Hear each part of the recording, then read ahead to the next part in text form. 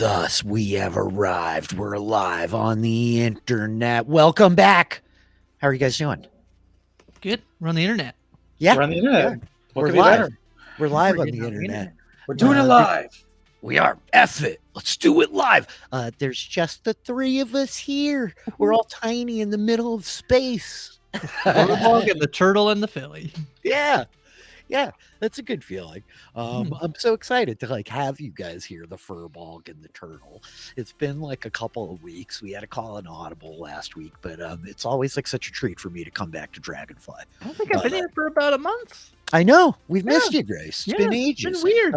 We were short-curved a couple of weeks. You had a bunch of busy stuff going on. Since you guys were here, they have officially announced 5th edition Spelljammer. It's happening. Yes. Yes, this is exciting. It is kind of exciting. I feel cool that we were ahead of the curve. You know what I mean? I'm not gonna lie. That's a good feeling. Like, oh yeah, a year before you guys did this, we were like out here plugging our D&D Spelljammer campaign. Yeah. I don't know if you guys read anything about that. Are you like excited about that? What are your takes? This is my intro to Spelljammer. So no, I haven't read anything. But I've not dug too deep into it. I just kind of see glimpses of it as I go through my YouTube subscription. Sure. Yeah. Doom scrolling. Yeah. And I'll say, oh, it's like you'll have Beyond D&D and the official D&D channel and other couple role-playing channels I subscribe to, each kind of reviewing elements of the book. So largely gathered from the titles of some of these videos is really all I know about it. Interesting. It's so funny, because there's so many old campaign settings that I love, like Dragonlance. They're going ahead with that one too, which is my favorite kind of traditional D&D campaign setting or whatever. And I can't lie. Like for the Spelljammer thing, I'm excited because they're going to come up with a bunch of stuff that's different than the kind of game we play here. But there will be a ton of resources for me to be able to use and for us to be able to play with, right? This is like a Spelljammer twist of a game. We're not following like all those weird, crazy rules from back in the day. But something like Dragonlance is so particular that I'm really kind of curious to see what they do, how they align the 5th edition design principles with this very old world that does not adhere to them. There's things in Dragonlance like no goblins, no orcs. Like, how does that work? How are they going to do that? Are they going to commit to that? I'm so curious, you guys. Is Dragonlance? I think I'm getting Dragonlance and Greyhawk and Kryn confused. Same thing. Which Dragonlance was like the name of the box, right? Oh, it was the Forgotten Realms and Faerun. Yep. Kryn's the name of the planet, right? Is this where we find Kender? Yes. Is this where we find Gully Dwarves? Indeed it is. You're on point with your Dragonlance. Yes. You know your stuff. Yeah. You know your stuff.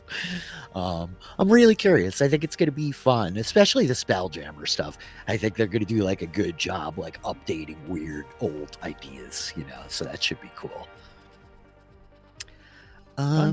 Yeah, it's good stuff.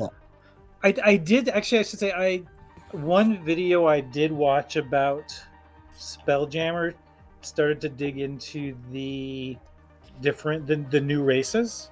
So I am I found it. Am I correct in understanding that they and this is nobody except Rich and I will understand this, the Misty Bay campaign, the Dark Sun Mantis-like creature, the 3-Creen, yes, they moved that into Spelljammer, right?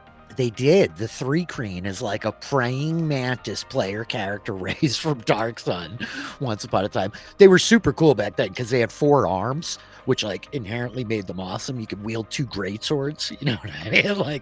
That was cool. Natural camouflage, jumping stuff, big bug people. But they're official, yeah, and they've shifted them to the Spelljammer. And I'm kind of intrigued by the blob people. By the blob people, you said? By the plasmoids? Yeah. Well, come on. Blob people's a much cooler name. Yeah, it is. Blab people. Yeah. The blab people. Jam. the jam people. I'm like so funny in certain ways. Like I would love to play a 3-creen. I'm into like weird D&D. Clearly we're playing D&D in space, but like I don't know the version of me that's like I want to play an ooze person, a blob person. Like I know they're out there. No shade to anybody, but it's just it's not high on my list. Me either, but you know. Yeah, I mean, takes all types. I mean, I get it. You know, I'm happy for the folks who are excited about playing plasmoids. Do you feel like you get to like? I feel like though, if you want to play, you know, you want blob people, you're like, yeah, we're gonna go to a place that's a whole village of blob people. Yeah, exactly. Blob A, blob B, blob C. You know? Yeah, what's your name? Yeah. It's Blob Blobberson. Blob Blobberson. Well, okay. Well, I might need to write my blob campaign now. Actually. Blob blah blah. Bob blah blah. Blob blah blah. Blah blah blah. Okay, dibs on that character. I'm playing Blob, a plasmoid named blob, Bob blah, blah blah blah blah blah.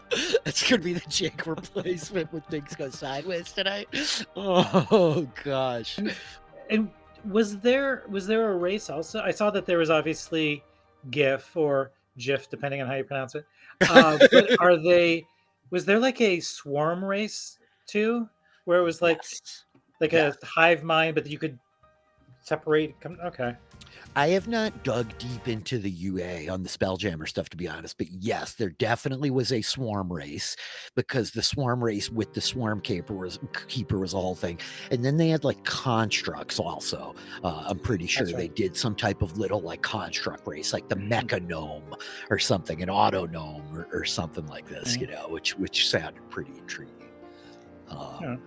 Ooh, somebody Bugnose is working on D&D related graphic work and can't tell you anything. That's very exciting. That is like super, super cool. They're doing a lot. They're really like popping off Wizards of the Coast these days. They have a lot of stuff planned, a lot of stuff coming this year. Pop. Cool.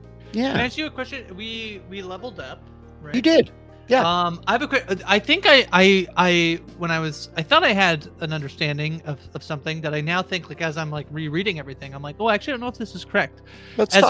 As a nature, so as a cleric in your domain, you get these spells. So as I now have 4th level spells, the ones that I know, in addition to all the cleric spells, are Dominate Beast and Grasping Vine.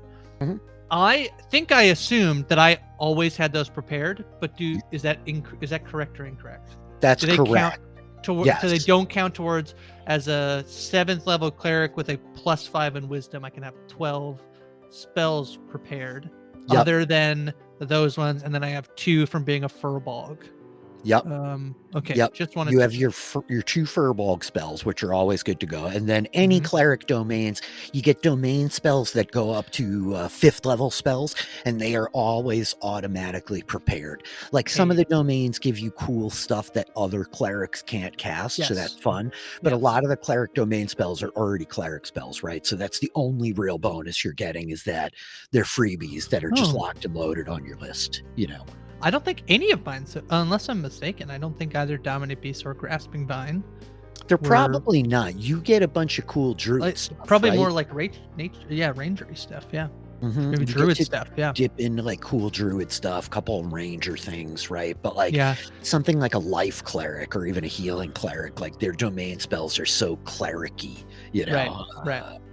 Yeah, I get Animal Friendship, Speak with Animals, Bark Skin, Spike Growth, Plant Growth, Wind Wall, and then now Dominate Beast and Grasping Vine.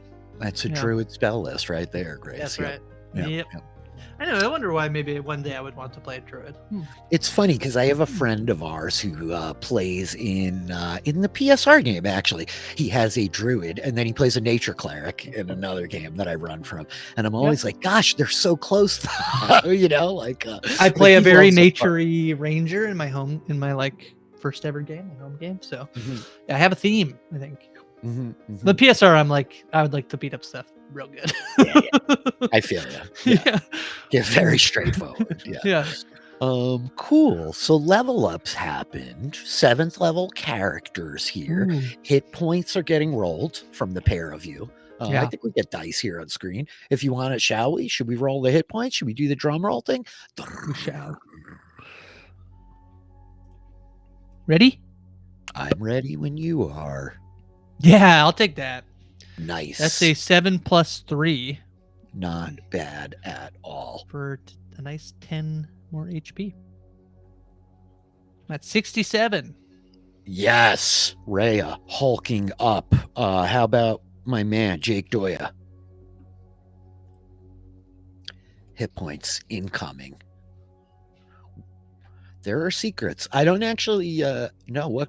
Sorry, I lost my window. Unfortunately, Grace, I don't mean to be the dick. I think that's a 4 + 3 = 7. Oh, it is. It is. You click the hit dice button. So you only get 7. That brings you down to 64. Yeah, that's wow. Waffle neutral. Well, Yeah. well, I guess I don't worship turtles anymore. Why is that? They're dicks. Whatever. I'll take it. It's only 1 less than average. So. I will. It's weird how you lost your screen, but you could still point out. I was on mute, and I was trying to come off mute, and I accidentally dragged the tab out of the browser, and I'm just scrambling so I can quickly correct you. That makes me the asshole. I think you probably know, but I am the same at the table. I actually don't think all 3 of us are definitely that person. I'm well, technically. Actually. Fellow players hate this one fellow player who does this one thing. You know? So this is where I'm gonna roll a 3 for my D10. Don't channel that. Don't channel that. No, it'll be worth it. You got it. Oh, Big 10. Let me just check why there might be a reason why that doesn't count. Let me just think about it. Let me just. Crazy. No, I need my allies to be buffed up. This just reinforces yes, continue to be a dick. Yeah, really. Yeah. The cosmos will reward you for your rules lawyering, I'm not an asshole. I'm just pedantic. Somebody told me the other day when they were talking about oh, you're emoting so much, and I just lawyer, and I'm I saved my best lawyering for D&D rules, my friend. Yeah. I was the great Ben behind the curtain, actually, now that I'm reflecting. Cool. So that's some hit points for you guys. Mm-hmm. Leveling up as occurred. No big proficiency modifiers, right? You get your stuffs. You guys know what you're doing. We're all professionals. Not much at 7. The 4th level spells. The spells, right? Yeah. Yeah, for all you full casters. Freedom of movement. There's some good spells in the 4th level list, I think. Yeah, I got an additional 2nd level spell slot and an additional a 5th spell I can cast, and I was all of these 2nd level spells suck for rangers, so I ended up adding another 1st level spell. There's really good stuff on the 1st level ranger list. Ranger spell list is it's good these days. Never used to be so nice. I feel like they get the best version of spells. Okay, cool. That's spells. That's you guys leveled up. Do we have any questions? Is there anything else we should go over? You can tell me what happened the last one. Yeah, I'm very busy. Yeah. I gotta try to remember. You mean you guys don't watch every episode? Just kidding. When last we left our heroes, the crew of the Dragonfly, having traveled through the void of stars, found themselves caught up on the flying citadel of the mercenary company known as the Gauntlet, a dwarven mercenary company en route to a planet they had visited once before to involve themselves in a revolution being fought there. Much was discovered in your times amidst the Gauntlet. You realized that the advisor to their leadership was, in fact, an elder Oblex, an ooze, a shape changer, created originally by the Mind Flayers. It had infiltrated this place and was leading them astray. Your actions amidst the dwarves of the Gauntlet were able to free them from this worm-tongue whispering advisor in the ear of their commander, and they made a promise to you to not involve themselves against the enemies of your allies in the ground war of Cerelia. With that, the group of you pressed on, making for Lun, the homeworld of halflings, a verdant, lush world of rolling hills and idyllic riversides carving through the landscape. It's a relatively small planet, small, sparse copses of forest scattered amidst it. The homeworld not only to the halflings, but to the kingdom of snapdragons, the displaced elves of the stars. Traveling for a time, you made sight of the planet, closing into the atmosphere with Lux at the helm, the group of you zooming over this rolling hillside between the kind of clouds of this idyllic kind of land. You caught sight of what looked like a lone individual in the wilderness, a halfling girl beset upon by wyverns. With that, Lux broke into evasive maneuvers, and the Dragonfly landed quickly, allowing the group of you to disembark and battle with these draconic entities, as it were. You rescued a scholar, a halfling girl named Ginny, a historian of sorts, who was on a journey out here to examine old ruins, draconic ruins, by her own suggestion. And Jake rolled yet another critical hit with a ballista. Correct. Oh my god. Great. On a wyvern, right? Yeah, a lesser dragon. Jake, following as he normally does, obliterated a wyvern effectively single-handedly. And so it was that the group of you rescuing this halfling girl spoke with her for a time about what she was doing, and she revealed great concerns as to what happened here in the world of Lun.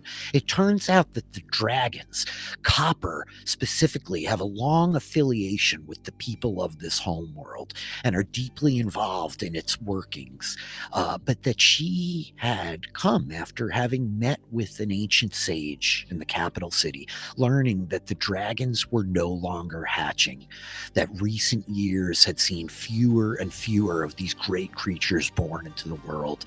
She was on a journey of discovery to unearth why, seeking an ancient draconic shrine out here in the backcountry. So you split the party. The group of you split up. Half of you remaining on the Dragonfly as the wyverns abounded in the area that you landed and were being drawn in by the blood of their downed comrades. So, while... That's where wyverns and I differ. It's like, if I smell the blood of my colleagues, I'm usually going to be running in the other direction because that's not a good sign. Yeah. Well, fortunately, you do not eat your colleagues. Wyverns have no such compunctions. And as such, Doc, Lux, the Professor, and Ginny had kind of pressed on the ground, making for the shrine of this ancient dragon that the historian halfling girl sought. The rest of you reloaded onto the ship, taking to the skies, wyverns kind of like emerging from the nearby landscape to kind of circle this battle site and gorge themselves upon the flesh of their fallen allies. And so over the course of the last 24 hours, the Dragonfly has kind of been flying a bit aimlessly.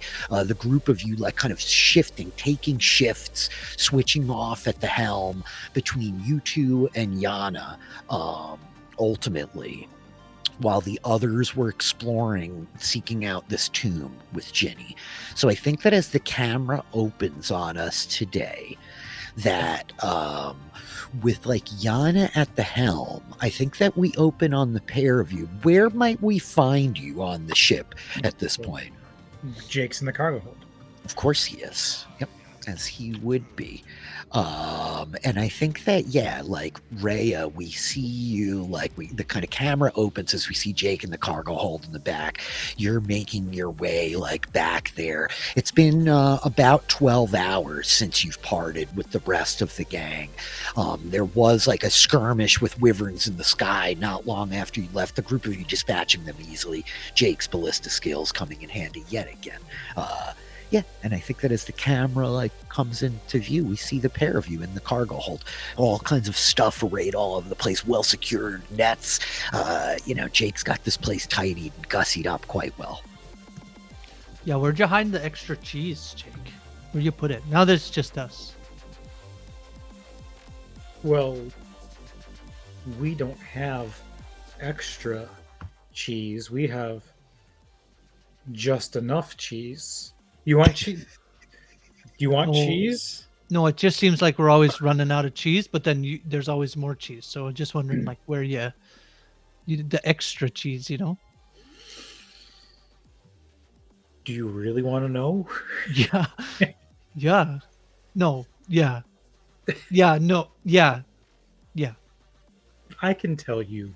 And Jake he's kind of got a hammock strung up, like it's kind of like behind some boxes. You don't really notice it right away. And he kind of like shifts, like it's almost like a slide puzzle. And then after like 30 seconds of confusing maneuvers, like now there's like a strangely refrigerated space. He's like, wow, what kind do you want? Yeah, we don't really have like different types of cheese.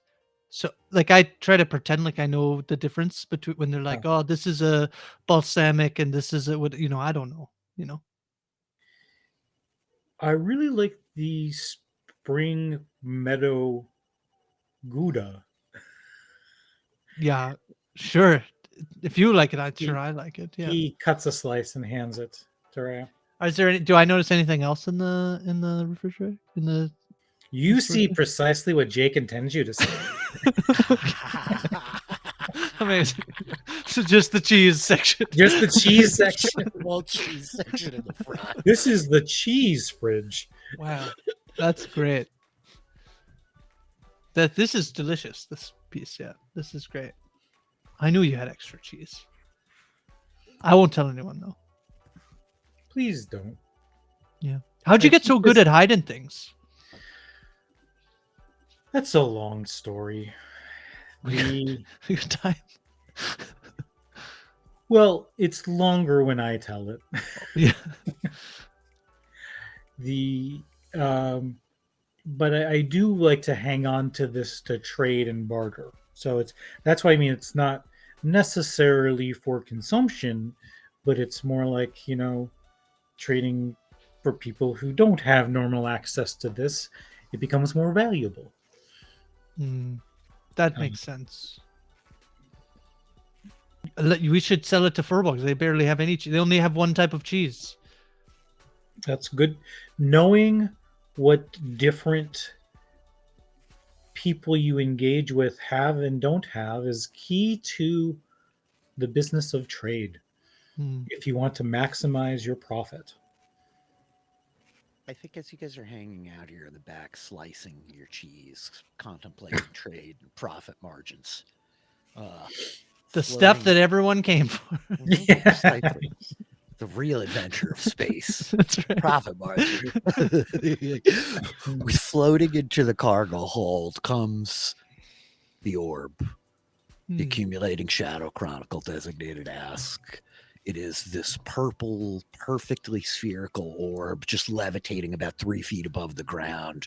The purple kind of mist coalescing and melting inside, forming like that of an eye with this long vertical kind of slitted pupil. And I think it just like kind of levitates right in the room and is like, users, Jake and Reya, the pilot, Naya, has requested you on the bridge. Wait, Naya? That's right. They've changed their name again.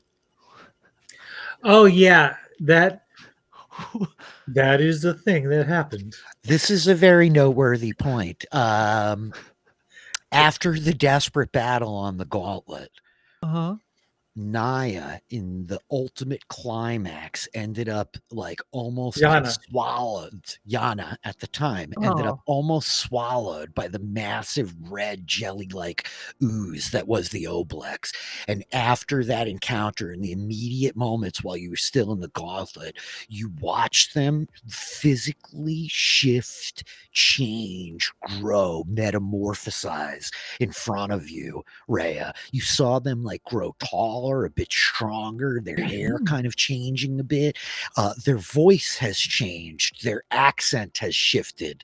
Thank you, Kevin. And ultimately they told you like, oh, yeah, I'm a bit different now, and you can call me Naya. All information I've known the whole time.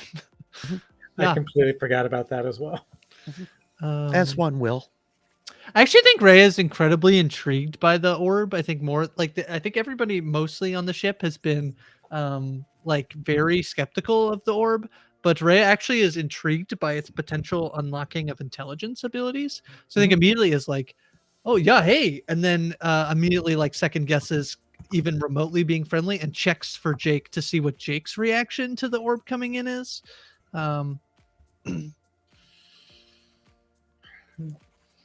Jake seems pretty nonplussed. He's like accepting of the fact that the orb is there. I think Jake's biggest concern with the orb is that someone's going to take on its offer to assimilate. Like he knows he's not going to, and the only unsettling thing about the orb isn't about the orb as much as whether somebody will give in to the temptation. You might know Reya probably like stares at that thing a lot. Legit, not like close by, but like we'll sit and just stare at it a lot.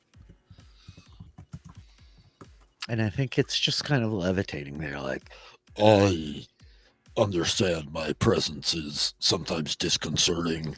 I am merely transferring the information as requested. Yeah. No. Yeah. Well, okay. Yeah. Where we have to go to the deck? That's what Naya wants. I will follow. All right. Yes. Start heading that way. And I think that it kind of like levitates, bringing you in from the cargo hold. You guys kind of walk through the back, past like the crew room, the cabins off to the side, and the orb like floats into like the cockpit of the ship, right? As Naya is like sitting in this big throne, fundamentally, the Spelljammer helm to the Dragonfly, a large kind of stone throne with all of these arcane runes etched into it and metal woven around. And I think that they turn kind of glancing at you as you're coming, and they're like, oh, hey, yeah, I totally get why Lux is always driving this thing. This is a lot of fun. Yeah, it's great. Yeah. Have you done any evasive maneuvers? Not yet. I'm just still getting the feel for it all. It's been strange changes. Yeah. I thought maybe you should see this. And I think that they just point through the cockpit. The Dragonfly, built like a dragonfly, has wings. It is highly capable of hovering and pivoting, moving in the way a kind of helicopter might, right? And I think that you're like static in place, pitched down slightly towards the ground. So the cockpit, the windshield, the eyes of this Dragonfly are giving you a clear view of the ground below. You see a series of kind of like streams trickling along. And I think that as Naya like reaches forward pointing, and the pair of you kind of follow their finger down, you see that on this one big kind of heaving hillside, tucked in amidst this copse of trees, there's a small bridge over a stream that's leading there. It looks kind of like wooden from the distance you're at. You could see a couple of like lily pads even like floating amidst this small pond, and a stone that is like cylindrical, like almost like a pedestal sitting in the middle of the pond, emerging up out of which, glimmering in the yellow sunlight, is a large sword. jammed into the stone, sticking straight up in the air. And I think that Naya is just like, yeah, I mean, I've heard a story or two in my time in Sword and the Stone. It seemed a noteworthy thing that I should point out to the rest of you all. Yeah, sure. Yeah. Doesn't seem good for the blade, I'm guessing. Yeah. Probably gonna rust. Well, I see more in terms of the sharpness and the, like, you're not going to be able to cut through a tin can after that. You have tin cans where you're from?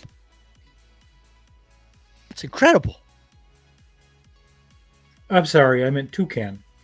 Toucan. Oh, I hate those. Yes, I don't like birds. So hard to cut through them. It's hard to cut through that. Yeah. Anyway, I mean, yeah, you want us to go? I mean, yeah, we'll go check it out. No problem. feels like we should at least check it out before we go back. I mean, it's a sword and a stone. How close are we? I think like how close can we get? Well, so Naya can land like the ground. The landscape is not like some twisting, crazy topography. You know what I mean? There's like copses of trees and spaces, but I think that they're like, I could try to land us over here. Sure. Hang on. Yeah. I just need to get within. If we get it within 30 feet of it, I could tell if it's 30 feet in 10 minutes. If you give me, I check if it's magic. The like camera like cuts out of the cockpit for a bit. We see the Dragonfly from the exterior as it kind of like lowering down towards the ground, like pivots. It's moving a bit herky jerky. You know, it's not quite as fluid as Lux or even Jake's ability to manipulate the ship. They're very well trained, but I think like slowly as Naya's like kind of lowering the ship to the ground, like it hits like seating itself kind of like down easily a bit, and they're like, we probably shouldn't leave the ship alone. Maybe I'll stay here and keep an eye on it with the orb. Jake momentarily thinks, like, I can stay and watch the ship, but then for the sake of streaming goes against his natural inclinations. Great. How fortunate. How convenient. We could go explore this together. Yeah. Ray and I will watch the ship, guys. Yeah. So I think, the group of you, like the pair of you, make your way off the back of the ship. I don't know if there's any special preparations or anything in particular you want to do before you go, but I think that like the gangplank lowers from the back, right? Naya kind of like standing in the cargo hold, like watching the pair of you as you go. Like, I mean, if anything happens, just scream. I'll try to come running. Do the other group, I assume, have the sending stones? Yes. They have one. I think that the group of you has another one. I think Lux. We'll leave it. Naya? Yeah. The many changing of names. Okay, so as you guys make your way off the back, you want to kind of make your way up following this stream. Yep. So you can see the stream is like trickling down off the hill. The hill itself, probably about like, I don't know, 15, 25 feet up at like the top. The pond is like up on the crown of it, right? And there's this little stream winding down, these trees. I think that the breeze blows like gently, leaves like rustling and kind of dancing all around you as the pair of you start approaching. Let me grab your tokens here. And so following along the edge of the stream, I think you could see like small minnows, fish kind of like darting around in it. All manner of kind of frogs that like get frightened and leap hopping down into the water. Sploosh, sploosh, okay, can the whole way Reya has speech of beast and leaf, can ability to communicate in a limited manner with beast. It's just like, so like you're stepping on the, oh sorry, no, we don't, yeah, hello, we're here, don't worry about us, just the whole any nature around us. Yeah. Right. Talking, it's like frogs like jumping everywhere. Sorry, we didn't know. Sorry, yeah, Jake has Speak with Animals as his primal primeval awareness spell.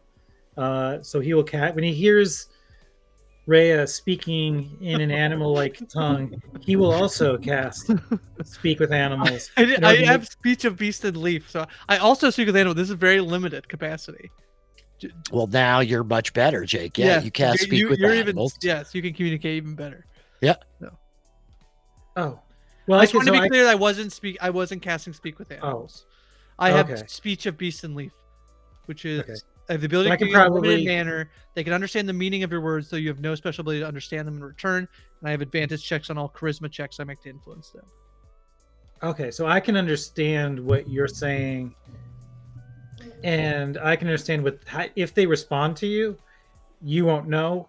Yes, true. Yes, if there's anything, if they like, if there's anything that they say back that's of note, I will relay that to Reya. Okay. I think that, at one point, like as Ray is talking, there's like a bird, Jake. There's like a crow, like sitting up in a nest on one of the things, and it looks down like, oh, don't mind the frogs. They're very delicious, but they're panicky little things. That seems unimportant. Okay. Got it. I'm just quickly checking to see this is the 3rd level feature, Primal Awareness, that it replaces Primeval Awareness. At 3rd level, I get Speak with Animals as a 1st level spell. At 5th level, I get Beast Sense. Mm-hmm. But I'm seeing these spells don't count against the number of Ranger spells and I can cast these once without expending a spell slot. Okay, I can't do so again until I finish Long Rest. Got it. So you can cast it again. It just would take a spell slot, right? Like it is a real Ranger spell, but it doesn't count against your limit, and you get 1 freebie of each. Fair. Okay, you can cast these once without expending. So to that, and it sounds like I can cast more with spending. Correct. Okay. So you've got this animal, Speak with Animals up as you're going, and the pair of you like making your way. I think that you see this bridge not that far away. You definitely get to where you're able to like kind of close within 30 feet of this. Hang on 1 second. Let me just double check my map. Okay, let me bring you guys to my map. Bing. Here you go. Cute. Let's share the map with our viewers here. Oh, that's not much of a map. That's a whole big black area. Here we go. It's not a map. This is a map. This is a map. Perfect. Okay, we're all lined up. Yeah, so as you guys are kind of like making your way up along this little stream, you see the bridge out in front of you, a couple of rocks, these trees, like leaves, again, like kind of singing as they whisper across each other. And sure enough, here in this like small pond, there is this large pedestal jutting about 5 feet up out of the surface of the water in the center of the pond. And like jammed down into it, extending up out, you see a large glimmering sword. It's not like overly gigantic. It's more in the size of like a bastard sword, a hand and a half sword. It's not quite a great sword, but it's got a long hilt and a wide blade. It looks like a heavy thing. You could see in the distance what look like these runes like etched and carved down its length as the sunlight reflects off it.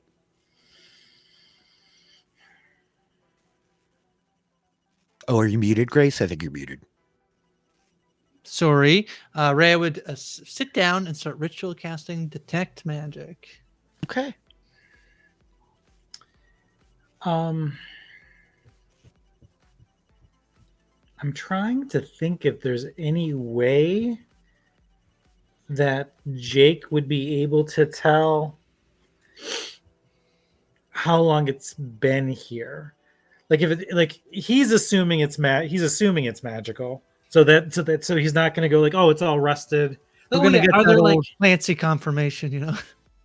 Are there like is there like vines or lichen that have grown on it? Like, is there any plant life that seems to maybe have covered the rock and like twined up it, or is it like pristine? No, it's a great point. As you're looking, Jake, I think you see around the base of it, especially where it's like jammed into the stone, there's moss that's like grown right up to the edges of it, right? And I think that you, even as you're looking, you see like there's like a spider web down from the hilt to the blade. So notably, the blade is not like rusted or anything like that. There's not like vines or anything kind of grown, like it's all stone. But there is moss all around the base of the stone, and it seems like the moss like grows right up to like the edges of the kind of base of the blade, right? There's a little bit of even like probably dirt in all like the filigree and like the fine trim around the hilt and the, you know, the cross piece and all of it. Yeah. Is there, looking at the map, is there something noticeably pink on that one lily pad, or is that just an artistic? There is, yeah, there's a flower that is like bloomed on it. There is like this large kind of pink blossoming flower. I think we're watching like insects kind of come and go around it.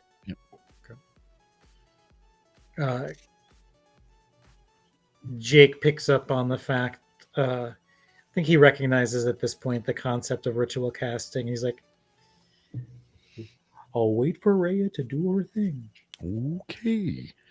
I think that like you hear like as like the crow like lands on the tree near you, Jake, and it's just kind of watching you like, hey, what are you guys doing?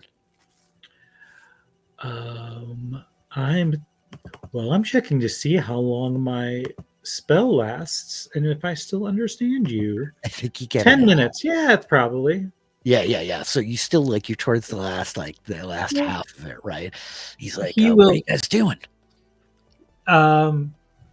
We're just taking a look at the. We're very interested in that object. Jake doesn't assume the crow knows what a sword is. That object that is embedded in the you want that? It's so shiny. It's too big for you. I know, I can't get it out. But even if you got it out, it would be too. How big is the crow?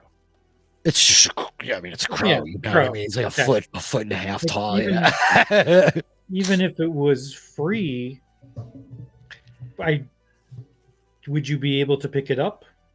No chance. But a shiny that nice, I would build a nest around it. I could come and be near it at least in the day. Look at it. Look at the sun on it. Oh, it's very shiny. How long? Well, has it been there as long as you can remember? Yes, but I haven't been here long. Yeah, I just came a couple months ago. Then I also assume that I'm also assuming that crows don't have a huge lifespan. No, not incredible. This is what Google is for, even though your friend's got a pretty voice. I think it's like Ray is like Clancy. So just tell me like if it's magic, and then we'll, that's how Ray does. I think he's like, hey, maybe if you get it loose, you could put it up in my tree over here. That'd be great. I really would. And I think as he's like babbling, the magic of like the speak with animals wears off, and you just, it's like, this crow up in the tree. It's like you complete the detect magic ritual, Reya. Yeah. And you are glancing around. So the sword is definitively magical. Mm-hmm. You see radiating off of it abjuration magic, as well as transmutation magic. Abjuration magic of like warding, protecting, that kind of stuff. Transmutation, the kind of standard things you would use to like manipulate an item to enchant it. But more interestingly, there is enchantment magic radiating up out of the ground all around you, everywhere you're looking. Less so in the water, notably, but all like the earth and the soil and the grass under your feet is like radiating this enchantment magic.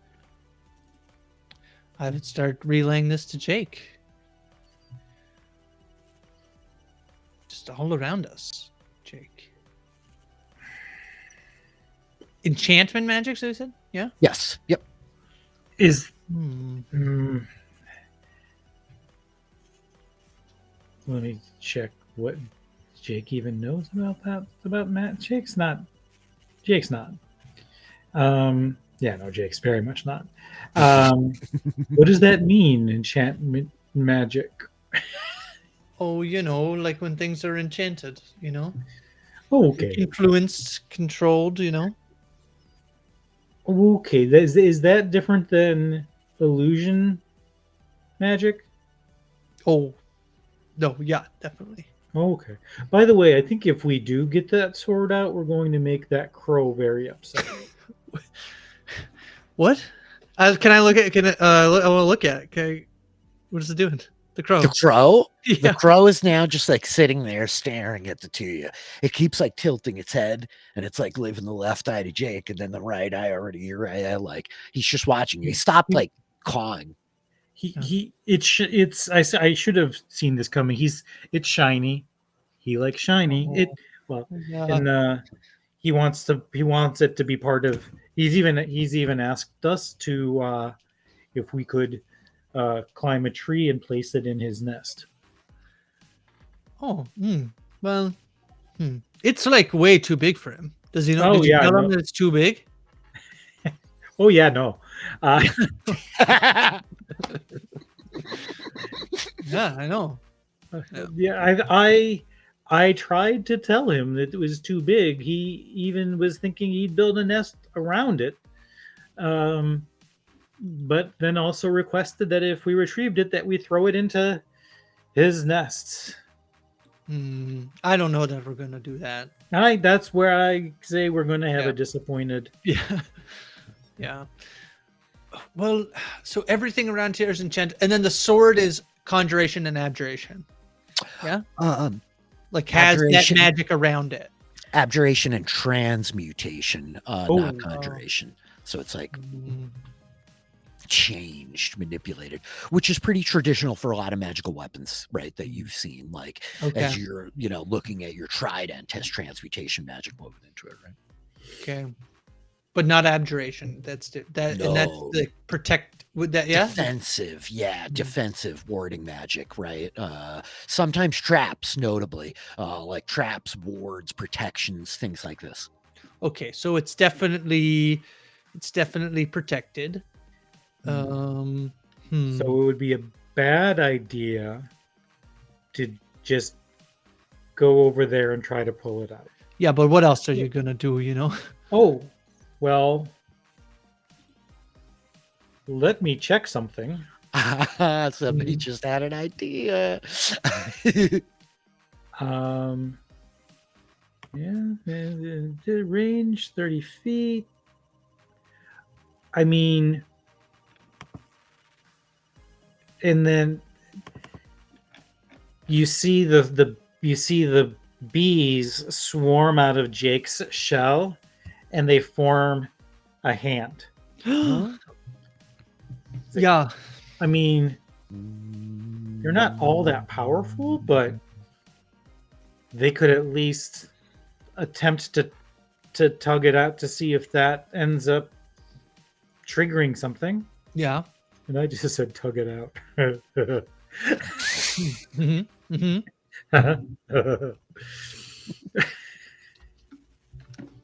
It's a D&D game now. Yep. Everything is just blanketly enchanted, right? Like around, or are there pockets where it's less so? Great question. Let's have you. Are you like walking around, or are you just kind of looking for? Yeah, I'll walk around. I'll start walking around. Why don't maybe we not over the bridge, like this way? Maybe. Why don't we have you make a nature check or investigation? One of the two. Yeah, I'm proficient in nature. Okay. So 14. Yeah, Oh. as you start to walk around, like Jake will examining. be following Reya closely. Okay. Yeah. Got it. The pair of you kind of like very tight, close to each other as you're moving around. Reya, you're seeing that it does seem more powerful in certain points, and then it seems like diminished, like the emanation is a bit fainter in other spots. And as you're walking around and examining, I think you're seeing that where vegetation is thicker, the enchantment seems like less, almost as though like the vegetation is like obscuring it or absorbing it. It's hard to say which of the two, but like in the areas that are like have less plants growing like thick and dense and heavy, the enchantment is like radiating up off the ground a bit stronger. Does it seem to be the actual plant, or is it like an energy from there? Do you know what I mean? Like if I start looking through the like growth, do I find anything?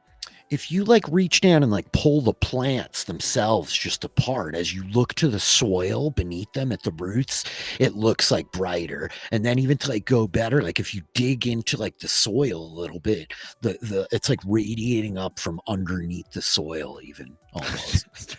I start digging. You start digging? Yeah. What are you? You know, just the magic is so intense here. It seems to be just like you dig about a foot down with your hands, right? You're just like down on your hands and knees, kind of like digging. The soil's very loose, black, loamy, rich soil. You would immediately be like, oh my God, this is like such good dirt. For people who love dirt and like nerd out on dirt, you're like, this is incredible. You're like digging through this dirt, you're pulling apart the root systems and you hit something like hard, solid underneath. And as your hands are kind of going over it, it's got a rough texture, the soil kind of like rolling in between your fingers and whatever else it is, but at the same time like smooth. It's like as though you're touching something smooth that's got just dirt laid over the top of it, right? Like the grit you can feel and the texture, but whatever's under it has got a pretty smooth, almost like leathery feeling to it. Yeah, somebody made this place, I think. Do you describe it as smooth and leathery? Yes. Yeah, so like it's so smooth and leathery and like it's good dirt and then it's just smooth and leathery.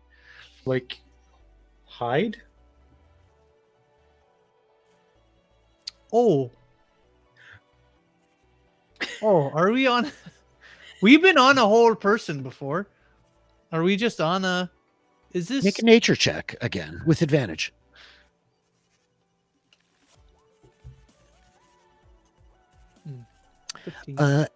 He like asks hide, and you're like, oh, you remember Gump? Yeah, Gump. The Titan floating aimlessly through space who needed you guys to go on his back and remove some plants. I was gonna. Did I plant growth? Is this Gump? And you're like, oh my God, there's a moment of panic, Reya, where you're like, did I consume that poor guy with plant growth and he crashed into this planet and has now been swallowed by it? Do you start to dig more? Are you like digging more as you have this thought? Yeah. Reya, you start like heaving up soil. You're digging the black like soil coming up over it. You're frantic. The fear that you might have like killed this poor Titan with your well-meaning plant growth beginning to like gain momentum. And then you realize this back. as your hand like places down on the smooth and you slide over it and you're pushing dirt to either side, the sunlight kind of streaming down around you. There's no major tree canopies around. You're realizing that what you're looking at beneath the dirt as you're pushing the soil away, it's mottled, textured, it's dark. There are shades of browns mixed with greens, mixed with lighter greens, mixed with tans, and you look towards Jake and you have an epiphany, Reya. It's not hide, it's a shell. You're like touching a shell. It's a shell under the dirt. It's turtle shell. Jake, it's a turtle shell. No. Yeah. He's like, he looks at it and he's like,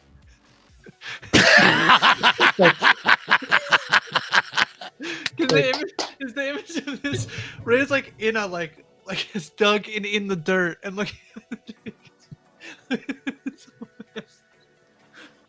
Just like freaking out as you're like digging in the dirt, right? The like pile of dirt all around you, you know, like a survivor challenge. Yeah. Okay, so I mean the sword is we should go find the head of the turtle. How did I not realize? Well, we're like on the ship. Yeah. So should we go try to find the head? Or is it just a shell? Do we from like when we like flew into it? Would I have a memory of like this is just a shell, or we have you flew in and you're trying to like reflect on what you saw from above? It was like a hillside, right? It just looked like a hillside, like covered in dirt. There's a river on the freaking thing. It's not a river, but it's a stream. There's a pond up here. You're a little bit like, gosh, I don't know, right? Like it was kind of oval shaped, the hillside, but it's really like hard for you to orient. Like where would a head be? Like Jake, even if we didn't see a head, it doesn't mean you can put your head in your shell. So it doesn't mean there's still not a head. So we should go find the head of the turtle.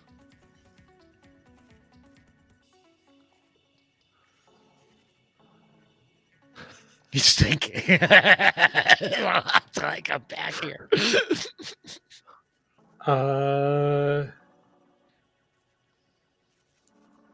Well, like, so we don't think it's just the shell?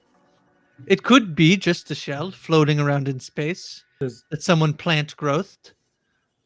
So That doesn't explain the abjuration or the transmutation, but it explains the enchantment.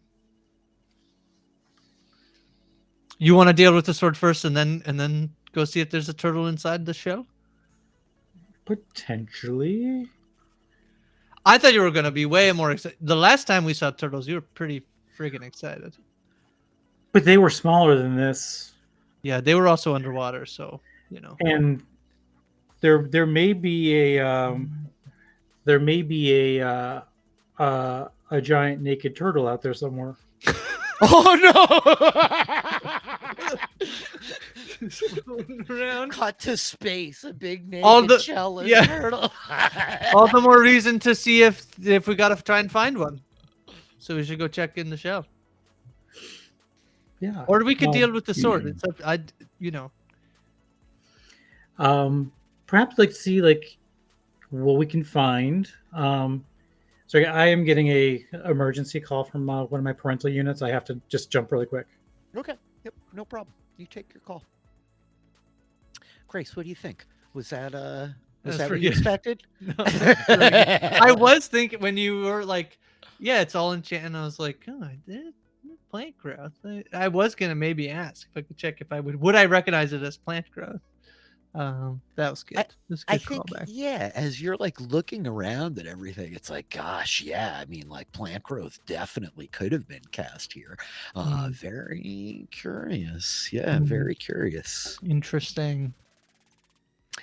Knowing I had this like sitting here waiting and that I had the 2E tonight, I was like, oh, actually, this is perfect. Very fun. Very this good. Turns out to be perfect. Yeah, it's great. Yeah, being on the turtle shell. Yeah, big question, tough question. We'll see what happens here. Yep. Yeah. Rich, for segueing, I watched the first episode of Outer Range today. Ooh, what'd you think? It was fun. It's good. Josh Brolin, he's good. I'm very excited to see Tom Pelphrey plays Perry, who was in Ozark, which I said I was gonna finish Ozark today, and then I would watch. Are we talking Outer Ranges? Yeah. Outer Range. Yeah, the performances are really good. You know, I'm very intrigued by it.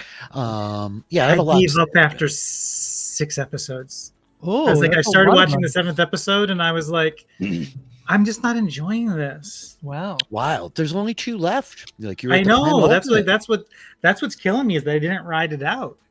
Wild. So yeah, Austin and I are podcasting, and we were talking today, and what I said to him is, I'm really impressed with the show. Like, it's great writing, great performances. It's visually captivating. It's a very cool idea, but having not seen it all yet, I don't know emotionally how I feel about it. That's Like, fair. I think it's a really impressive piece of TV, but I don't know if I love it or not yet. You know what I mean? That's for me is like the base, like the genre that it kind of largely settled into was, I guess it wasn't enough. I went into it not knowing how fantastical it would be. Yeah, right. And it wasn't very. No, and it's in terms of the genre in which it kind of ended up settling, it's like, it's not based on anything, right? No, it's its own thing. Yeah, it's original. I think by the way, I'm really curious what you think, Grace. Yeah. I just need to share that the parental emergency was that my mom's Amazon device was going off and she could not remember its name. That's fantastic. Alexa. Fantastic. Yes. Right. Alex, shut up. Alex, Alexis. What are you, Jennifer? Alina. Trish. I was like, you can also just unplug it. Like that works. That's very it's not Skynet. It's not Skynet yet. You can just unplug it. It's not Skynet yet. Yeah. So sorry about that. No problem. No, all good. Yeah, life happens. As the pair of you are standing here with this revelation that there is a turtle shell beneath the earth. Okay. The sword glitters in the sunlight in this pool next to you. Yeah, what do you guys want to do? We got to get this sword out of the turtle's back. Actually, I just realized. Well, that's what that was one question I was going to have is like, what is it because it's like a pond and stone, like, does it look like stone? Like, is it a growth? Is it like a stone that just like came to rest on this turtle shell potentially? Like, if this is all growth, then it might have just like drawn like some space rock and it fell into a natural kind of cranny on the back of the turtle. So it might not be like, I don't think it's stuck in the turtle, but I'm curious what it is. Why not a nook? Just a cranny? Not a nook and cranny? Nope, just a cranny. Just a cranny. No nook. It's a space English muffin. But do a whole adventure in the crannies and the nooks. It's like I don't think it's impaled into the turtle shell. Yeah, but we should make sure. We gotta check. I can look, but I'm scared that it's got. Sorry, I am scared that it has protective magics on it. Yeah. What if someone put it? Yeah, so that they could slowly kill the turtle. So I should have prepared to spell. I can go check the. You did just make a hand with your hive, with your swarm. Oh yeah. Well, I was thinking more about in terms of like what is the. Still curious about like what is the substance, like the what stone, is it actually rock? But I think that's better. Is first step. Let me see what happens if my bees try to. Yeah. Okay. They tug on the sword, and then we can investigate what is it actually plunged into. Is it just rock? Is it part of a turtle shell? We can take a closer look. But there's something I could do as well. I woke up feeling incredibly powerful today, like Clancy imbued me with so much more stuff. So there is something I could do if we did want to just go and save this turtle and pull it out. Well, that's the thing. I don't think that I'm curious if we're saving a turtle by ride a cowboy. I don't know. No, saving a turtle. The most important thing is that when we pull it is to make sure that we can stop the bleeding. Well, I don't think it's. Oh boy! You would know this about Reya's not smart. Reya's incredibly interested in the orb because Reya is. Okay. Shall we see what happens when? Do the bees. So, I was just talking about Plan B, which ironically is Plan A. Not involve bees. Plan A involves bees. Plan B does not involve bees. Yeah, Plan B, no bees. Your swarm is technically a fey entity. They're not real bees, right? They're fey. Correct. And technically they could be anything. like larva today. Like I can technically They can vary by mood, but they've consistently been bees. Okay. So the bees in this collection of a hand fly out over the water and begin to coalesce around the hilt of the sword. As you watch them making contact with the handle, there is no great eruption or nightmarish explosion. No wards or abjurations seem to go off. And they begin to like firm up around it in the shape of like this hand. And you draw them through your kind of ephemeral connection with these fey spirits that have found themselves your companions, Jake. And so they heave, right? You're gonna pull? Yeah, I just want to. I know that it's not a powerful.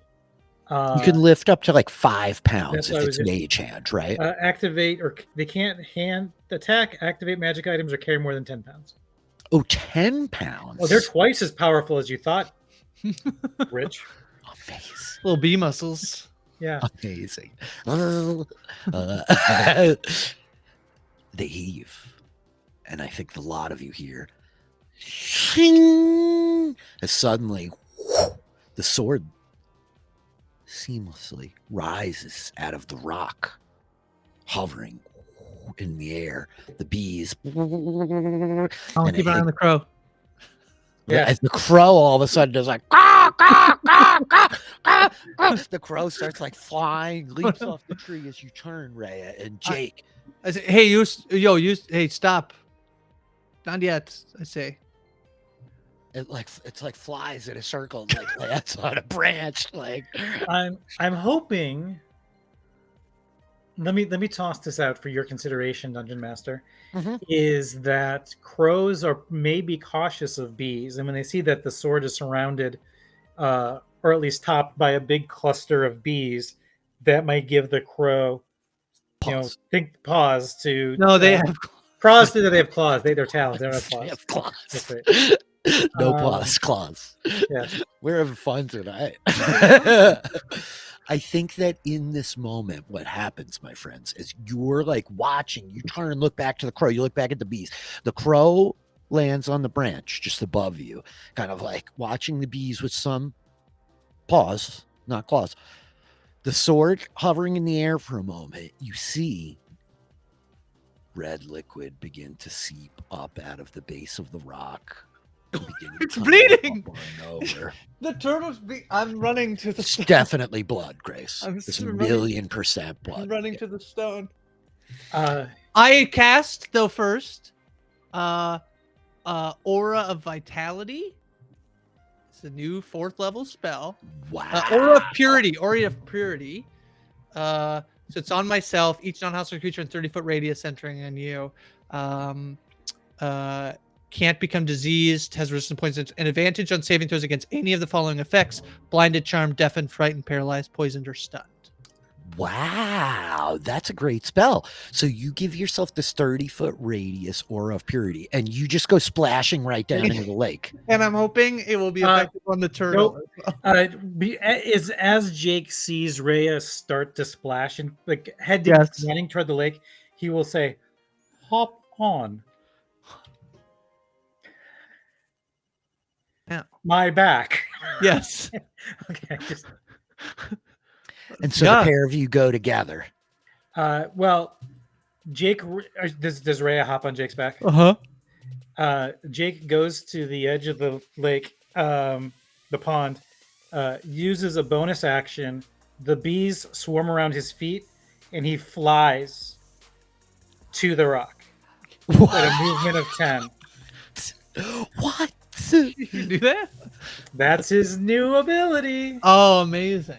As Jake is like hovering above the water and you're like holding on to the back of his shell, Reya, the blood is oozing up out of the base of the rock. The secondary like bunch of bees like holding the sword in the air. And suddenly, Jake, you're the one to realize it. You've seen these things before. This is not normal blood. This blood has been manipulated. It has been agitated by arcane procedures.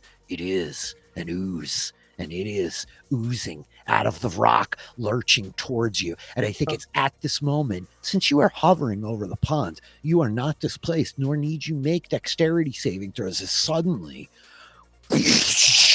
water surges up out of the edge of the pond. The ground beginning to rumble and heave beneath you. The trees tilt. The crow leaps into the air like frantically, as I'm going to do a couple things all at once. So first of all, we're going to do that. There's a big ooze leaking up out of the base of the rock. Second of all, I'm actually going to do this. I'm going to copy all these tokens. And then for those following along at home, I put Jake's new ability in the chat. Very, very, very cool.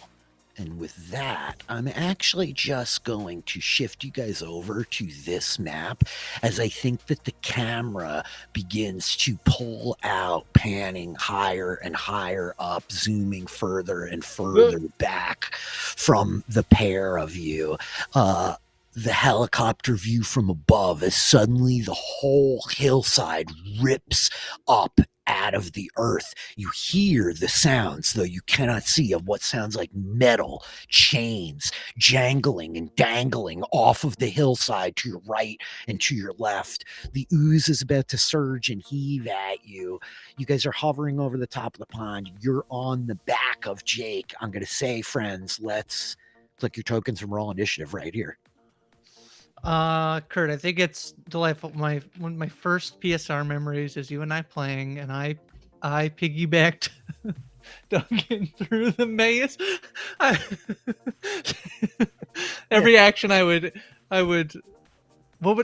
cast Expeditious Retreat on myself. Yeah, you were going at half movement, but you had double move speed. So you just would dash every round and ultimately just like move at your normal speed. I'm like delighted that this is how we ended up here tonight. I don't really know how, but callbacks. Literally on each other, calling on each other's backs. Wow. Yeah, it's too good, Grace. It's too good. Okie doke, my friends. Small combat. Jake, Doya, you may act first as you realize this ooze is surging up out of the rock, like beginning to like gain mass, trying to kind of like raise itself up to lunge at you. What would you like to do? Am I literally 10 feet from shore? Yeah. I have a fly speed of 10, so I assume we want to both be on stable ground as opposed to, fighting for my back, etc. So, can I take a free action to ask Reyes, like, back? So, in my 6 seconds of action. Should we go back to the land? Yeah. No, yeah. Okay. No, yeah. No, yeah. No, yeah. So for his movement, Jake will deposit them like back on the ground here. Got it. He will see the ooze, and I guess I would have to make a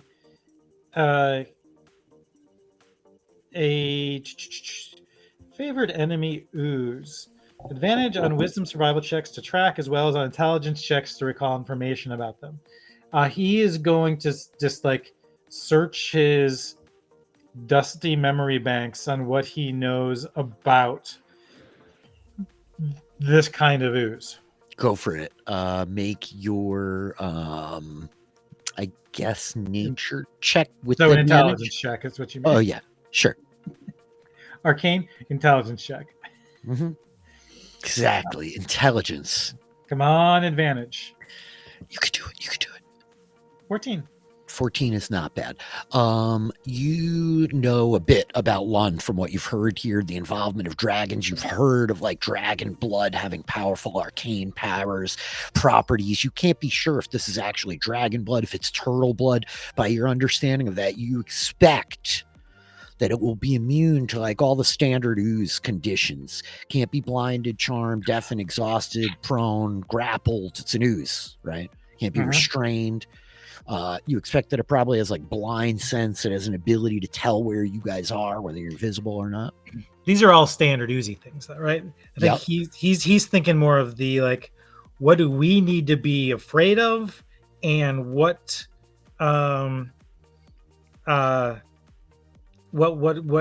Jake thinks of as Rust Monster Protocol, aka what don't we attack it with because it'll actually be worse if we do. You're pretty sure that it can like spew some kind of cone of ooze at you guys. So staying like within like close range might like subject both of you to that. And then you're pretty confident that it's going to be resistant to acid, cold, fire, lightning, poison. Generally not effective against oozes anyway. So elemental damage might be tough. Okay. Jake will convey this. And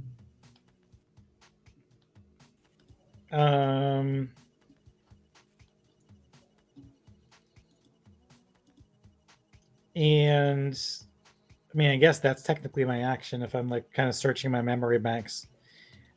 So he encourages Reya to skedaddle, so we're not like, I don't know if like we're probably still within. Actually, it's like if it's a cone, it's actually better to be up close because it can the further you are away, if it can get more people in its breadth or its width. But be like, ooh, it's going to. I think it's. Gosh, I start taking on Reya's voice mannerisms now. So I think why do you do that? May spew blood like ichor at us if we're cool. Great. Yeah. if we're close. Oh, okay. Yeah. But there's nothing in it like about like don't attack it with arrows, don't attack it with okay. Resistant to elemental damage. Yep. Yeah, I'm just thinking of those ones that like melt metal and wood or like divide into smaller, more annoying pieces. Okay. I guess he's it goes. That's Jake. It goes. Jake. It like rears up and just kind of like pulls itself back and snaps forward. This like huge, this, Reya. Yeah, exactly. This like mass of like kind of like blood flying at you guys. I'm gonna have dexterity saving throws from both of you. DC is 14. I know you're both super nimble. Oh, brutal. 14. Oh, that's big fails from both of you. I'm like green and red today. Look at if we had advantage. Look at that. Look at those rolls. Okay, this is going to be, let me double check myself. What does that say? 14. That's a lot of damage. Okay. Oh, cool. How exciting. Both of you take 17 points of acid damage. I will use my reaction to make Jake resistant to acid damage. Oh, that's awesome, because nature cleric stuff. Dampen elements. Oh, thank you. Jake has absorb elements. You can use that as well. As a reaction. Quarter damage. Spell captures some of the incoming listing is affecting you. You have resistance, blah, blah. Until then, serve your next turn. Are we there? Didn't we get moved back? Can we fly it back? proceeds to, Oh, as yes, the okay, yes. blood like crashes into you, you realize it like sticks and the thing like yanks you back. You both almost like skip across the surface of the water and find yourself standing in water up about to your chests in melee range. That it pulls both of you right good. back in at it. Jake is using his reaction to cast Absorb Elements at 2nd level. Oh wow. Okay, so Reya, you take 17 points of acid damage. Yeah. Jake, you only take 8, reduced to 4. You take 4 points of acid damage, and you're charged for next round for your action. Wait, did you say that it's resistant or immune to acid? It's resistant. Okay, well, whatever. It's not immune. It's better than nothing. Reya, that was your reaction. This was its action. It doesn't even have to move now that it's got you guys here. Reya, you're up. It's your turn. Let's well, if it pulled me closer, let's attack it with Concentration check for the aura of purity. Oh yeah. Mm-hmm. You're good. Yep. Let's just attack it with the trident. So we're up close. 19. Yeah, hits. You plunge the trident like down into it. That'd be 5. Okay, you got it. You got your shield out. Yeah. Okay. Let me make sure it's equipped. Yep. And then for a bonus action, we will lots of Firbolg stuff today. Gonna hidden step. As a bonus action, cool. You magically turn invisible until the start of your next turn, or until you make an attack, make a damage roll, or force someone to make a saving throw. Okay. I'm visible, and then I would like to move away. So, 10, 15. This is this difficult terrain. Yes. Yep. And 20. And then can I get up or that? Yep. While you are invisible, it's still going to take an attack of opportunity when you step out of range. It's got definitely would still say. Yeah. And I definitely heard that be said, but that's fine. That hits. 18 hits. It like wails you from behind. Wow. You are large. You're grappled. This is brutal. It grabs you and doesn't let you walk away, Grace. There. Can I feel like I don't know, maybe I'm just used to having a AC in other games. My AC is 16? Yeah, okay. All right. Yeah. Is it? Let me double check. Everything's equipped, I think, properly. So yeah. Yep, that's fine. Okay. You're grappled. It hits you. It doesn't let you walk up to the thing. It smashes you in the back. Jake, you're horrified to see your friend Reya takes. Yes. Do I take all that damage? I think so. Yeah. Yeah, that's fine. That's 25 points of damage, 7 bludgeoning, 18. When do I get my reaction back? Now, right now, top of the turn, at your turn. I'm going to use my reaction to make myself resistant to the acid damage. Good. Okay, great. So that's only 9 acid damage, 7 bludgeoning. That's 16 altogether. We do need a concentration check. Also, this doesn't give you resistance to acid damage, right? Your aura of purity? No. It's like condition. It's more like conditions than types of damage. Yep. So great. It drops. Blinded, charm, deafened, and paralyzed poison. That's a shame. I'm getting you with the ones that doesn't help with. Okay. Nonetheless, the aura of purity drops. You manage to like pop your reaction. Is that it? Yep. Is that your turn? Yep. Jake, you're up. Jake is right next to it. Oh, Jake! I would have been invisible, so Jake just. Oh no! Yeah, Jake. Oh!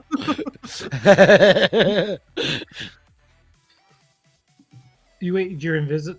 Let me just check. Until I attack, make a damage roll for someone to make a saving throw. So I think I'm still invisible, even though it's got me grappled. Has Jake seen you do this before, or is this a new ability? You definitely. I remember. I think I've done it before when with the bad man around, because he was like, "How'd you do that?" Yeah, and are you still grappled? Yeah. Mm-hmm. Well, then I think he can probably tell that there's. Yeah, I'm like, it's true. Yeah, it's like a Jello mold. Yeah, it is. Yeah. Jake is going to move to flank. he's still his flight lasts for 10 rounds. Oh, cool. Yeah. And he can do it a number of times a day equal to his proficiency bonus. So he's going to, but he's a swim speed. So he's just going to, that's faster. He's just going to go there. Like between the swimming, he's got a swim. It's an all-terrain vehicle, man. He's an all-terrain tortoise. Yeah. All-terrain turtle. He's going to go there. He is going to attack. We do flanking in this? Okay. He's going to attack with his Warhammer two-handed. Oh, nice. Two-handed with advantage. Take off the hits. The fighting, the archery. I got that. So No 23 hits for 6 bludgeoning plus 2d6 acid damage. That releases from his upcast absorb elements. Yeah, we see. So 4 points of acid damage, right? Got it. Yep. Your Only first attack. You have a second attack. That's weak ass bludgeoning. Oh yeah, he will swing his Warhammer again. 24 hits for 9 bludgeoning. Yep, got it. Oh, and each of those bees. Double check. It's been a while since I've done the I know. The gathered swarm. I think you get 2d4 once on each of your turns. Okay, so you get 1 bees. One set. So yeah, so when he's the end of the Warhammer is swarming with these bee-like fey creatures. But the first time he hits, it does an additional 4 points of piercing damage. Very, very nice. And as my new spell, I took Ensnaring Strike, but I think I have to cast that beforehand. Okay. You would, yep. Bonus action. This thing can't be grappled. I think it's probably like not gonna be great on it. It can't be restrained. I don't think Jake has a relevant bonus action. Okay, cool. Jake, you wail down the acid, like surging off the end of the hammer as you bring it around once again in this like a huge sidearm strike.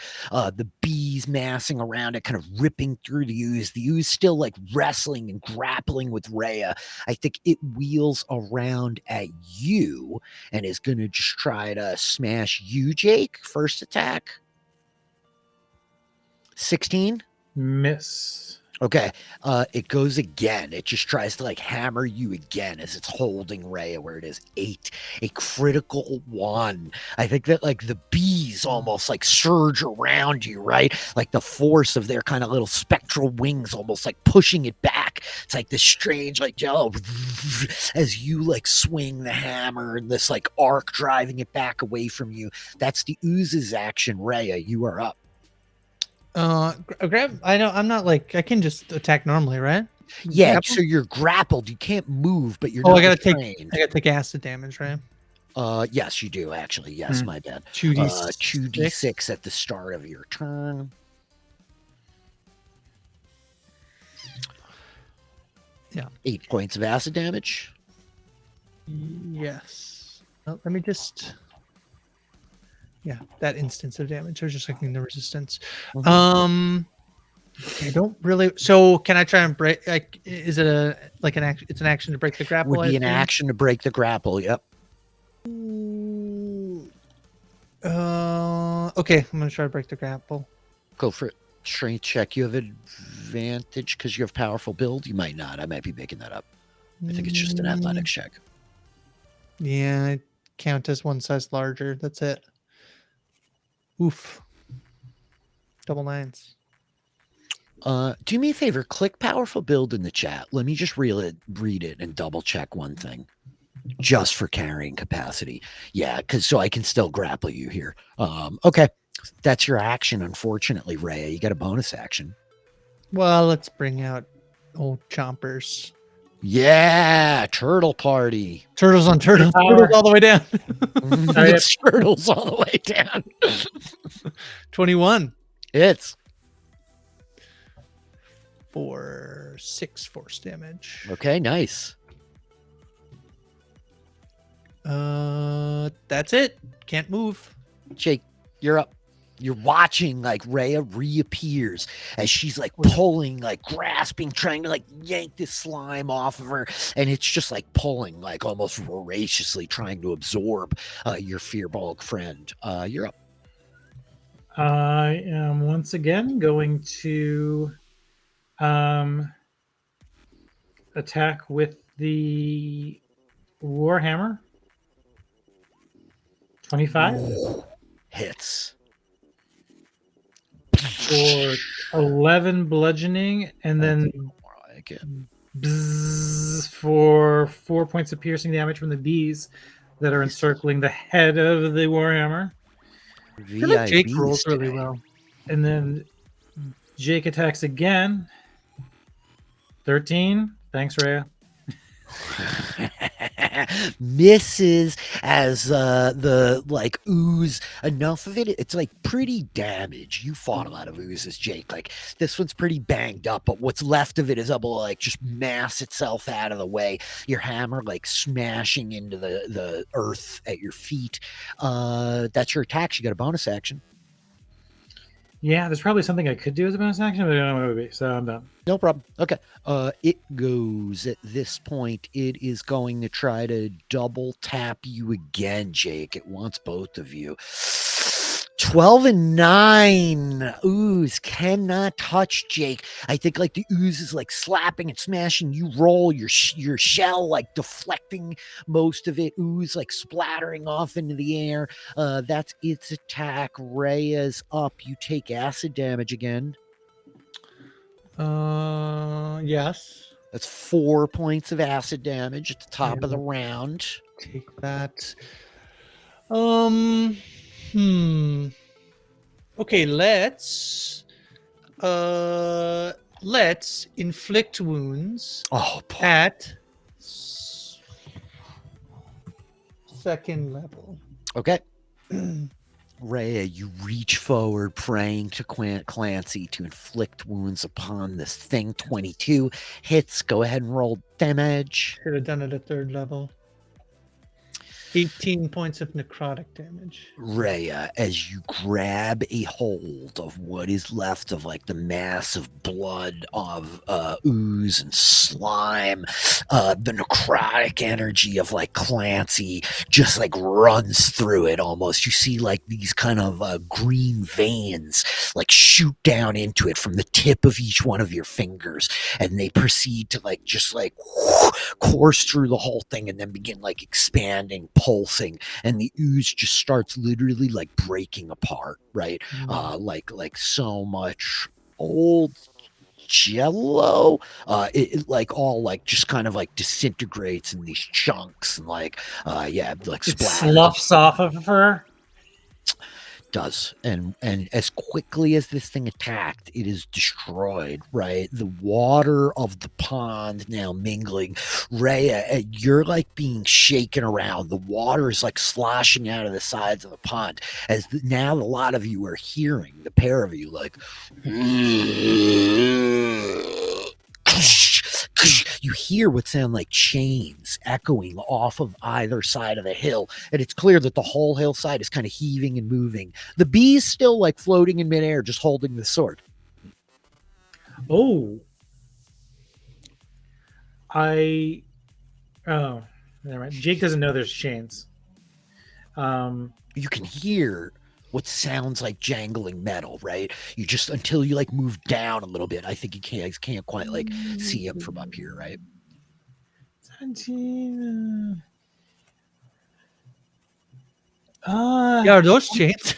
I'm gonna say that Jake's put 2 and 2 together, like between the sound, primarily the sound. It sounds like it's maybe confined or restricted or chained here. Let's. And I don't know if the sword could cut its bonds. Oh, well, let's try it. Fascinating. I'm gonna ask the I'm gonna have the bees bring the sword to me, Mm-hmm. and against all sorts of better judgment, he's gonna take the sword. Okay. The bees bring the sword to you, Jake. Lowering it down, your hand like reaching out, like closes around the end of it. And you don't have to roll any kind of saving throws or anything. Nothing horrible happens to you. You take Is the it such sword. powerful magic you can't resist it and you die instantly? Yeah, right. That's exactly it. Rocks bleed and you die. You get the sword in your hand, Jake, and like the bees kind of take their weight off it, and like it's incredibly well weighted. It's like a hand and a half style bastard sword. The runes etched into the side. I don't know if you could speak it, but you might recognize draconic runes. Yeah, the sword itself, like, there's no like gemstones or wild ornamentation, but it's clearly like magnificently well made. I do have draconic. Oh yeah, so you very much recognize these runes immediately. It's not even like writing around the base of it. They're like, they're in this arcane kind of configuration on the blade itself. And so yeah, as the turtle underneath your feet, you guys, is like kind of lurching and pulling, you're holding this sword. What do you want to do? You want to head down off it, or?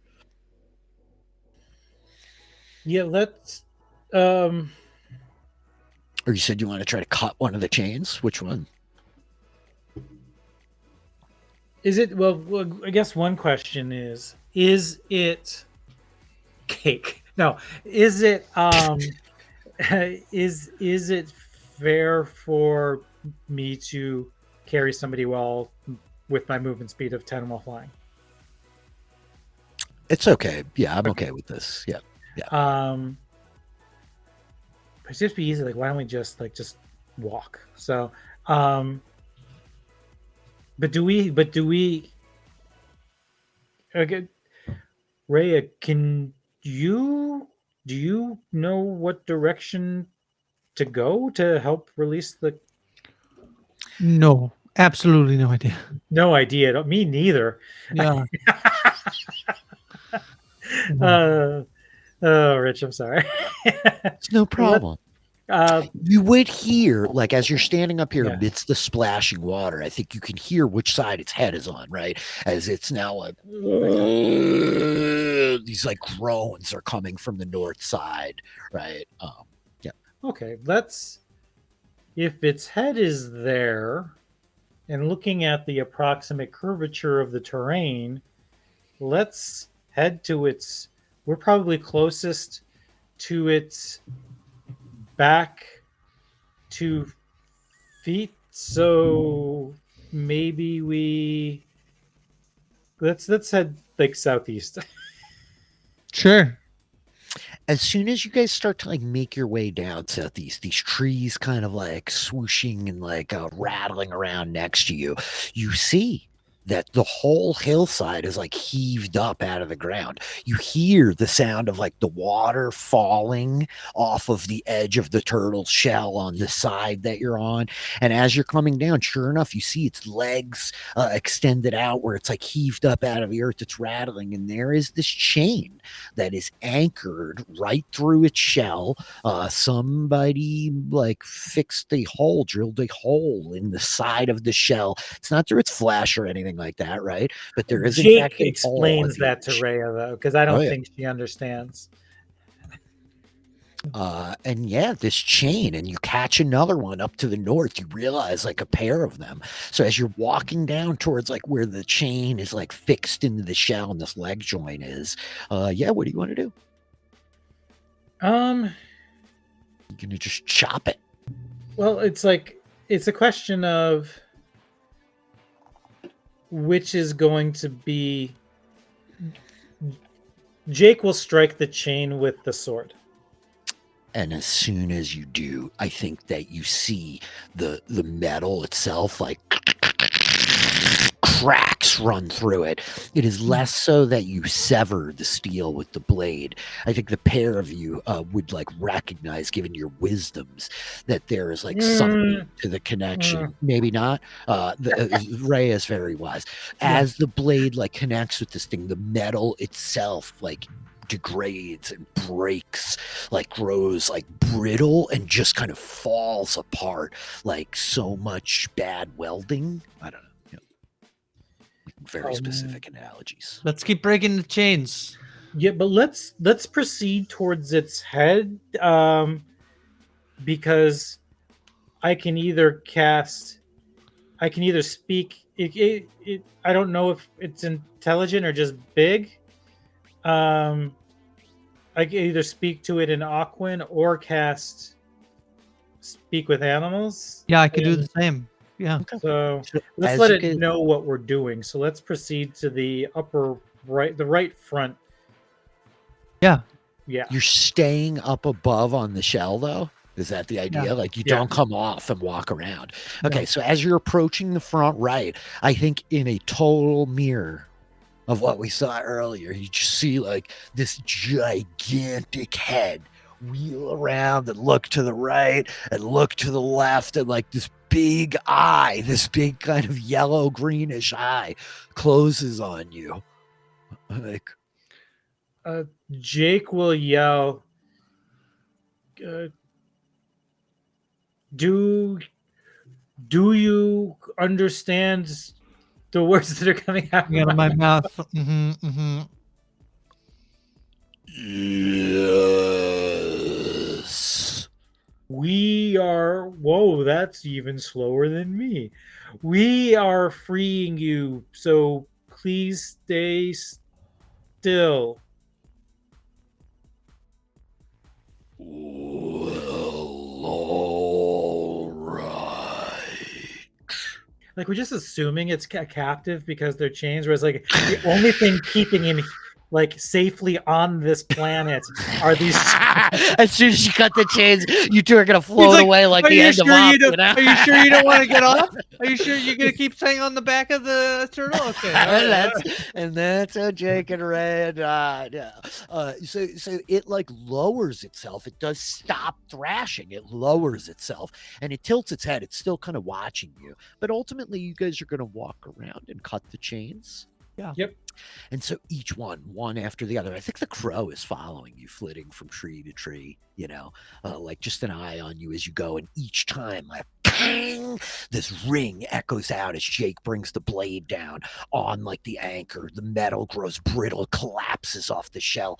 And finally, you've shattered all of 4 of the chains, I think it's at this point that you like hear like, are you guys alive up there? Yes. Yeah. No, it's me, Naya. You're on a giant turtle.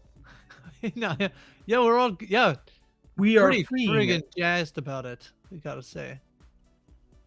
Yeah, we're freeing the turtle. Yeah. Yeah.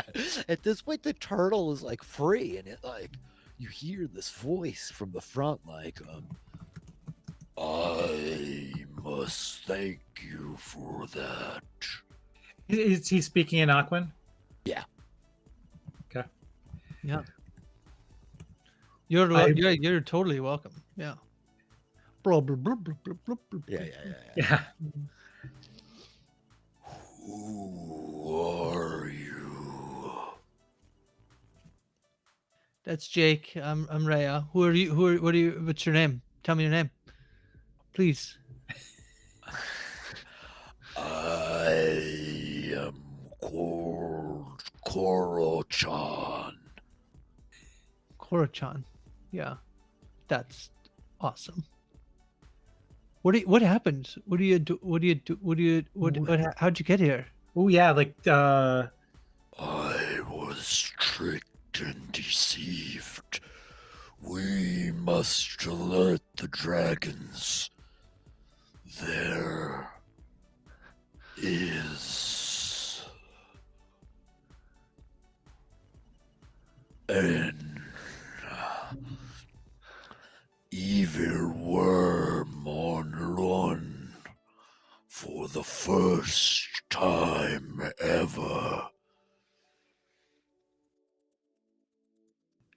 Could you just come again? There is an evil worm. Something For the first time ever? Or something for the first time ever. I think he says, only have ever metallic dragons roamed this world. There is an imposter in their midst. Metallic dragons imposter in their midst. Okay. How long have I been here? Oh, that's like a you question, I think, or maybe the crow could. No, he's only been here 6 months. Yeah, the crow is. I didn't realize until after we freed you that something potentially much bigger than you was the one that had to have changed you. Yeah, that's a good point. Yeah. Wow. Do you think there could be an even bigger turtle? A turtle worm. There are great turtles yet. I am still young. Well, if I had a map, could you show me where? I'm not sure. That's fine. I figured it was a long shot. We must make for the capital. I must speak with Strand. And I think it's at this moment that the two of you would know that the shrine where you left your friends was ancient, discarded, having mostly fallen apart from thousands of years ago, was the shrine to Strand, a dragon that Ginny said has been dead for a very long time. Yeah, we should tell Strand. Yes. How do we get to Strand? I will make great haste.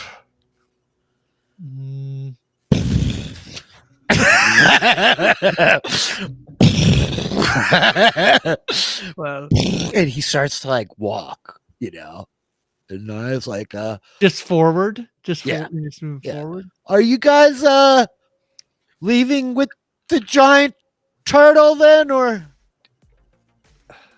I definitely want to. I can call the rest of the gang and see what they want to do. Maybe we should, reconnect communication lines. Listen, if we come see you, this guy's not getting far, so we could always catch up, He's heading to the capital. I don't know if you wouldn't have understood that. Is he making giant, like, turtle marks in the ground? Yeah. Yeah, he'll be so easy to track.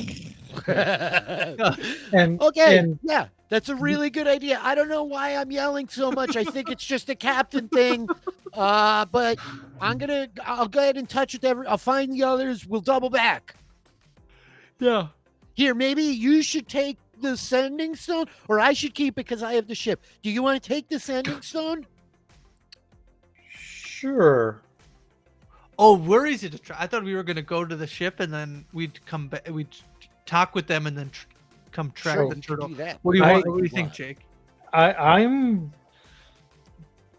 kind of liking the idea of riding the turtle to the capital. Makes sense. All right, toss us the stone. Okay, you got it. Yeah. I'm actually not going to throw it. It might get lost. Jake will send down his bee mage hand to retrieve the stone.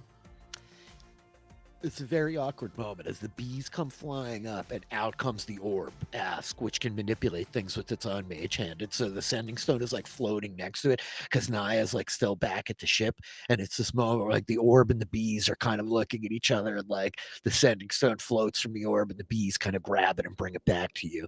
But so as you guys have the sending stone, as Kuro-chan is like slowly crawling his way towards the capital, as Naya is making their way to return to the rest of the group, I say, I think this is where we leave our adventurers tonight. Fun. Was that fun? That was pretty fun, right? Yeah. Thought it was Gump, and then it was a turtle. It's Yep. great. Yeah, Total fake out. I'm just faking Grace out all week. Yeah, really. You really got me this week. I'm trying, Grace. I'm trying. You guys, thank you so much for playing tonight. We had a really short crew, but it was a great crew. This was a very fun session for me. I hope you guys had a good time, but I delight watching the two of you. And the fact that it ended up with quiet flying piggybacks was really a beautiful thing. Yep, that was great. Full turtle. I mean circle. Yeah. Full turtle. Do we name the episodes? We should name the episodes. Yeah. We should name the episodes. What do we call this one? Full turtle? Turtle. Yeah. I name the episodes sometimes after the fact when they get on YouTube. So yeah, we'll name this one Full Turtle. I dig it. Well, fun. That was wild. What do you guys got going on? Kurt, you got anything big and exciting happening this week that you want to you want folks to be paying attention? You watching anything good? Reading anything good? We just dropped this week the latest episode of our coverage of Top Chef Houston. I took the helm. Haley stepped away for this week. Haley Strong. So as myself and Latanya Starks covered this latest episode. A lot of fun.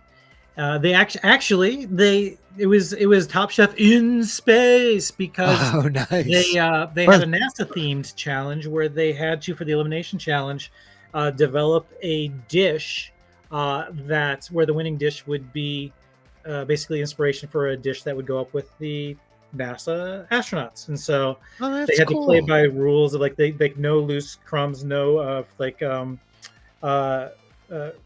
free flowing liquids. So there's some parameters around. So it wasn't just make a meal and go into space. It was they had to. Did they make blood pudding? What was that? Blood pudding? Yes, blood pudding? Yeah. Yes, that would have been great. Yeah. But they went to NASA and talked to the food scientists there and a couple of astronauts and kind of just learned not just what the parameters needed to be for creating a meal that was space ready, but also even understanding that there's certain things that they often miss in the food, like textures, or when you first get up into space, some food sometimes tastes off or dampened because you have a lot of fluid rushing to your head. It's very congested, so they use a lot of spices and hot sauce. And anyway, it was a really fun episode. So that's so wild to think about all that. Yeah, very cool. I went back. I'm picking up. I'm reading now the. I can't remember if it's the 6th or the 8th book in the Iron Druid Chronicles. It's been about 6-7 years since I've continued with that series. But it's been fun to pick that up. So if you're a fan of the Dresden Files, and instead of a wizard private investigator in Chicago, you want a druid health store owner in Scottsdale, this might be the series for you. But it's the same kind of modern fantasy humorous vibe. You paying attention out there, Drayson? I don't know if you're in the chat, but I know he's a big Dresden fan. The Iron Druid, I know you've brought up to me many times. Mike also, our mutual friend Mike, has recommended it to me a couple of times, Kurt. So I'm going to put that one on the list as I'm looking at this fantasy book club. But cool, that's exciting, man. Yeah. Otherwise, if you follow me at Kurt Clark, 2 C's on all your major and minor platforms.